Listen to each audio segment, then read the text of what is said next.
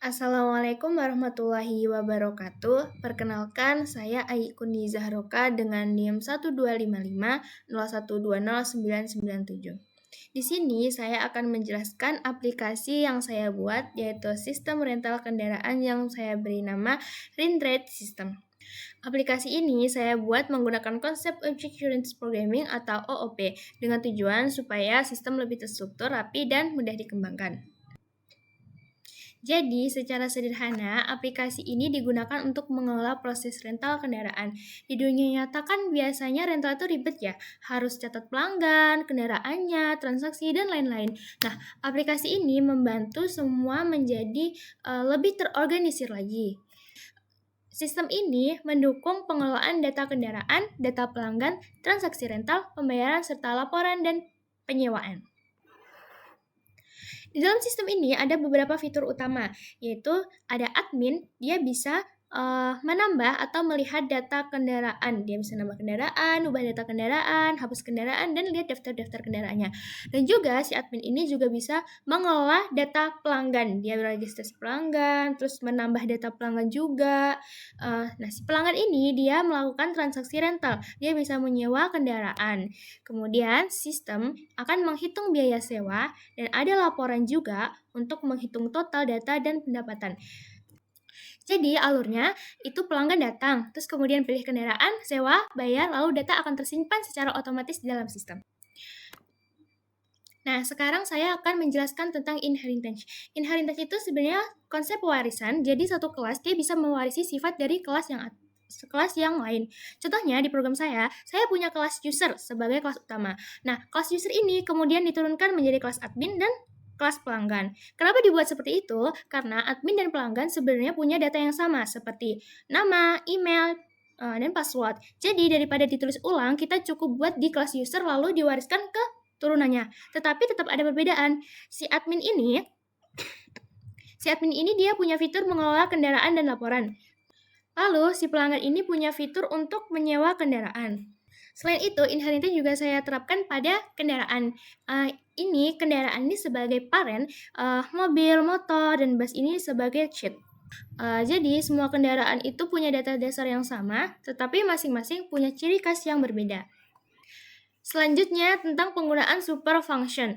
Super ini digunakan untuk mengambil data dari parent class. Jadi, misal di kelas admin, saya tidak menulis ulang atribut seperti nama dan email. Saya cukup memanggil dengan super. Yang ini, super class yang ini, artinya admin dapat mengambil semua data dari user. Hal yang sama juga saya lakukan di pelanggan, mobil, motor, dan bus. Dengan cara ini, kode menjadi lebih singkat dan tidak berulang-ulang. Ini bagian yang cukup penting, yaitu subtyping dan polymorphism. Subtyping itu maksudnya semua turunan bisa dianggap sebagai parent. Contohnya di sini ada mobil, motor, dan bus. Ini adalah semuanya kendaraan. Jadi ketika sistem memproses rental, dia tidak perlu tahu kalau itu motor atau mobil, dia cukup dianggap sebagai kendaraan saja. Selanjutnya polymorphism itu terlihat pada fungsi hitung biaya. Walaupun namanya sama, tetapi setiap kendaraan itu punya cara hitung yang berbeda. Di sini ada kelas mobil. Nah, mobil ini dengan biaya biasa, kemudian di motor dia ada diskonnya, dan di bus dia ada tambahan biaya. Yang menarik di sini adalah saat program dijalankan, sistem otomatis memilih fungsi yang sesuai tanpa perlu kita buat banyak kondisi. Jadi, ini membuat program lebih pintar dan lebih fleksibel lagi. Contohnya, kalau kita masukkan di situ ada orang nyewa motor, sistem langsung masuk ke perhitungan motor. Kita tidak perlu, ini adalah motor, jadi perhitungannya gini-gini. Kita tidak perlu lagi menambahkan gimana cara ngitungnya, tapi sistem akan otomatis memilih perhitungan yang sudah ada. Selanjutnya, di bagian ini saya akan menjelaskan UML class diagram dari aplikasi Rintrade System. Nah, kita mulai pada bagian dari paling dasar, yaitu class user. Class user ini merupakan kelas induk atau superclass yang menjadi dasar untuk beberapa kelas lain. Di dalamnya terdapat atribut seperti ID user, nama, email, dan password, serta metode seperti login, logout, menampilkan informasi, dan menu. Kelas ini tidak digunakan secara langsung, tetapi diturunkan ke beberapa kelas lain, yaitu ada admin dan kelas pelanggan. Relasi ini disebut inheritance, di mana admin dan pelanggan mewarisi semua atribut dari user tetapi memiliki fungsi yang berbeda. Admin ini digunakan untuk mengelola sebuah sistem seperti nambah mobil atau nambah kendaraan, mengelola pelanggan juga. Tapi pelanggan ini digunakan untuk melakukan proses rental kendaraan. Selanjutnya kita masuk ke bagian kendaraan. Di sini ada kelas kendaraan yang juga merupakan kelas induk. Kelas ini menyimpan data utama seperti ID kendaraan. ID kendaraan itu adalah nomor plat polisi.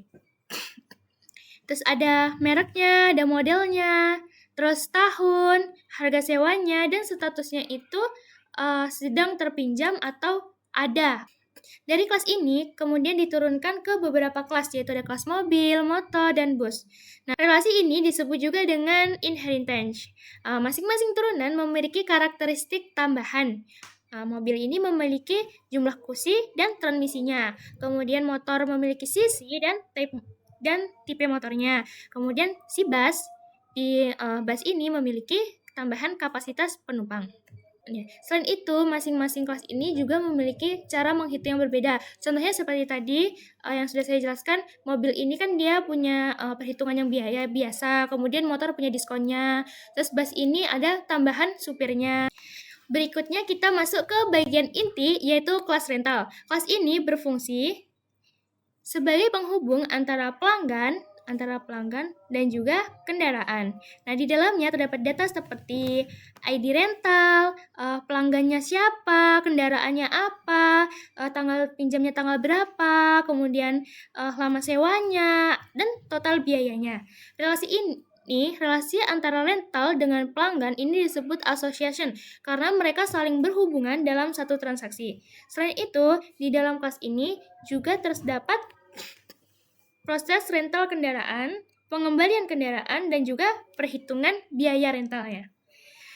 Jadi, kelas rental ini bisa dibilang sebagai pusat proses bisnis dalam sistem atau kelas utamanya dari semua kelas. Nah, di sini ada kelas pembayaran. Kelas ini digunakan untuk mengelola proses pembayaran dalam sistem. Di dalamnya juga terdapat atribut, ada metode bayar. Metode bayar ini ada dua, ada dengan transfer dan juga ada dengan cash. Di sini ada juga jumlahnya dan status pembayarannya sudah lunas atau belumnya. Relasi antara pembayaran dan rental adalah association, karena setiap transaksi rental itu pasti memiliki proses pembayaran. Kelas ini juga memiliki fungsi untuk melakukan pembayaran dan mencetak stok. Kita masuk ke bagian service class. Di sini terdapat beberapa kelas, yaitu ada pelanggan service, rental service, dan kendaraan service. Kelas ini berfungsi untuk mengatur logika aplikasi seperti menambah data, mencari data, menampilkan data, dan menjalankan proses rental. Nah, relasi antara service dan kelas utama ini disebut dengan dependensi. Karena service bergantung pada kelas lain untuk menjalankan fungsinya. Dengan adanya service ini, kode menjadi lebih rapi karena dipisahkan antara data dengan prosesnya. Kemudian selanjutnya ada kelas laporan. Kelas ini digunakan untuk menampilkan informasi penting dalam sistem seperti total kendaraannya, total pelanggan, total rental, kendaraan yang tersedia, kendaraan yang disewa, dan total pendapatan, dan juga ada dia menampilkan semua laporan itu. Kelas ini menggunakan data dari beberapa bagian sistem seperti kendaraan rental, relasinya dengan dependensi, karena laporan mengambil data dari kelas lain. Dengan adanya laporan, admin bisa melihat kondisi sistem secara keseluruhan.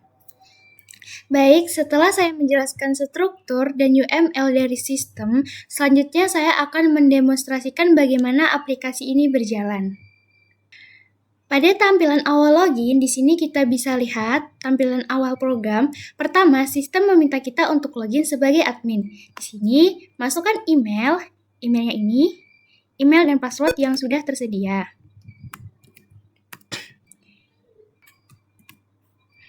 Oke, Ketik login layan, nah jika datanya benar, maka sistem akan menampilkan pesan bahwa login telah berhasil dan kita masuk ke menu utamanya. Di dalam menu utama terdapat beberapa pilihan, yaitu ada kelola pelanggan, kelola kendaraan, rental kendaraan, pengembalian kendaraan, lihat rental, laporan, dan juga keluar. Nah, saya akan menjelaskan satu persatu melalui demonstrasinya nanti. Coba sekarang saya akan masuk ke kelola pelanggan. Nah, di sini kita bisa melihat, kita bisa menambah pelanggan, lihat pelanggan, hapus pelanggan, dan kembali. Coba kita tambahkan satu data pelanggan baru. ID pelanggannya berapa ya? ID pelanggannya K01. Namanya Azra, emailnya Azra gmail.com dengan password Azra itu 23 gitu aja udah. Oke, nomor SIM-nya kita buat berapa ya? SIM 09. Oke, nomor HP-nya 082247497172. Oke, pelanggan berhasil ditambahkan. Nah, setelah disimpan, kita bisa melihat datanya, data yang muncul di daftar pelanggan. Sekarang kita lihat daftar pelanggan ini. Yang tadi kita baru masukkan ini kan? Nah, ini sudah masuk.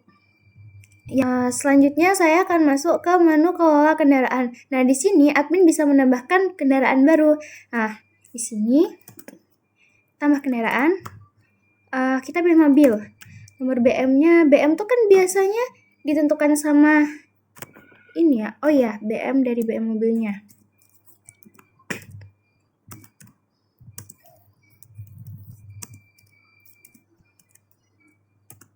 Mereknya, modelnya,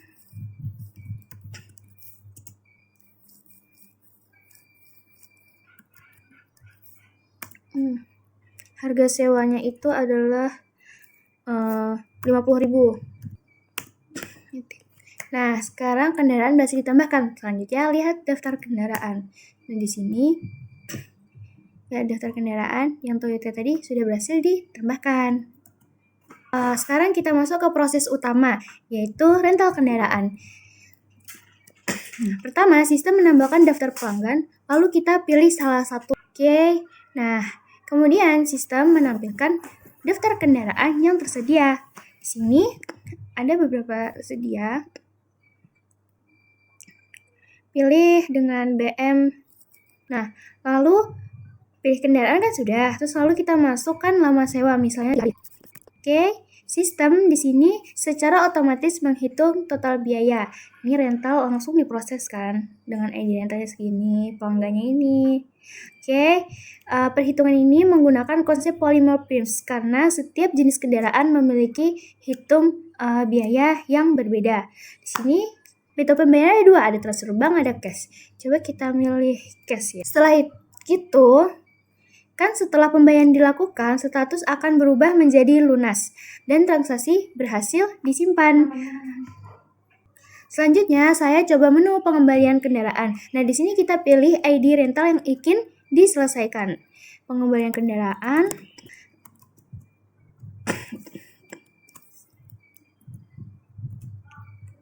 Oke, setelah diproses, status kendaraan berubah kembali menjadi tersedia. Artinya kendaraan sudah bisa disewa lagi. Nah, saya juga bisa melihat semua data transaksi di menu lihat rental ini. Nah, di sini tampilkan detail seperti pelanggan, kendaraan, status, dan total biayanya. Kemudian, terakhir saya masuk ke menu laporan. Nah, di sini sistem menampilkan ringkasan data seperti total kendaraannya, total pelanggannya, total rental, kendaraan tersedia dan disewa, serta total pendapatannya. Jadi, laporan ini tuh sangat membantu admin untuk melihat kondisi bisnis secara keseluruhannya. Jadi, dari demo ini kita bisa lihat bahwa sistem berjalan dengan baik, semua fitur saling terhubung, dan proses rental dapat dilakukan secara lengkap dari awal sampai akhir. Baik, penjelasan dan demo yang telah saya lakukan dapat disimpulkan bahwa aplikasi Red Hat System ini berhasil menerapkan konsep Object-Oriented Programming seperti inheritance, polymorphism, dan penggunaan kelas yang terstruktur. Sistem ini mampu membantu proses pengelolaan rental kendaraan mulai dari data pelanggan, kendaraan, transaksi, hingga laporan. Dengan adanya struktur yang jelas, aplikasi ini juga mudah untuk dikembangkan ke depannya. Mungkin itu saja yang dapat saya sampaikan. Terima kasih atas perhatiannya. Saya akhiri. Wassalamualaikum warahmatullahi wabarakatuh.